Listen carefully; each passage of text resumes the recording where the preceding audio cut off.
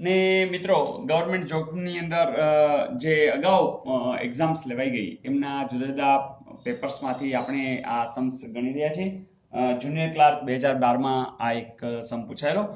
સાવ સિમ્પલ છે કે ભાઈ જો 7 કરોડિયા છે, 7 જાળા છે, 7 દિવસની અંદર બનાવે તો 1 કરોડિયો એક જાળું બનાવતા કેટલા દિવસ લાગે?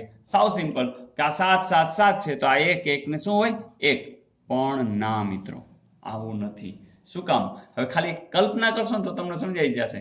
જેમ કે દાખલા તરીકે આ કરોડિયો છે, બરાબર, અને અહીંયા એ ઝાડુ બનાવે છે, બરાબર. બીજો કરોડિયો અહીંયા છે, તો એવા કેટલા છે? 3 4 5 6 ને 7 આટલા છે. ચાલો, દરેક અહીંયા ઝાડુ બનાવી રહ્યા છે, બરાબર. અહીંયા પણ આ બનાવી છે, આ અહીંયા બનાવી રહી છે, આ છે અહીંયા બનાવે છે, આ અહીંયા બનાવે છે, આ જોજો 1 2 3 4 5 6 ને 7 કરોડિયા અહીંયા બધા ઝાડા બનાવી રહ્યા છે. તો દિવસ કેટલા લાગે છે?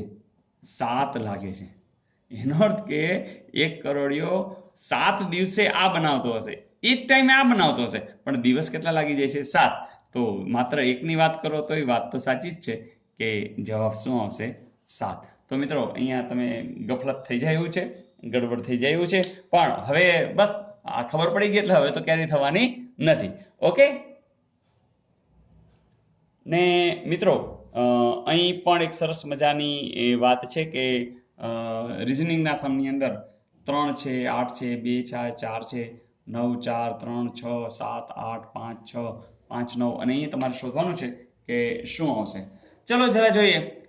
3 તેરી 9, પાછું 7 5, એ કઈ મેચિંગ નથી થતું. ચલો અંદર જોઈએ. 2 3, બરાબર, પછી 2 3 4, તો 3 અહીં પણ કાંઈ એવો મેળ પડતો નથી.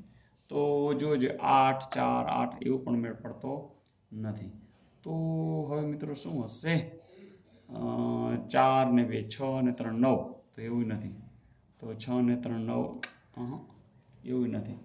મિત્રો આવું પ્રયાસ કરશો ને તો તમને થશે કે આમાં શું છે, પણ જો તમારી પ્રેક્ટિસ હશે ને તો બસ આવું ફટાફટ જોતા હોય તમને ખબર પડવા મળશે કે આવું હોઈ શકે. બસ એ આવું હોઈ શકે એવી ખબર પડે ને, એનો અર્થ કે તમારી પ્રેક્ટિસ જોરદાર થઈ ગઈ છે.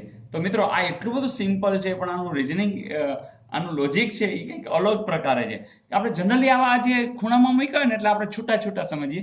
ખરેખર આ છૂટા છૂટા નથી. મસ્ત એ છે કે 3 ગુણ્યા 8 કરો તો કેટલા આવે? તો 24 આવે. હવે કોઈ દિવસ 24 ને આવી રીતના જુદા લખાય નહીં, પણ અહીંયા લખ્યા છે. જેમ કે 9 ચોક 36, 7 અઠા 56. તો હવે તમને ખબર પડી ગઈ. 5 નવા 45. તો એનો અર્થ કે જવાબ શું હોતો હશે? 45. છે ને મજાનો?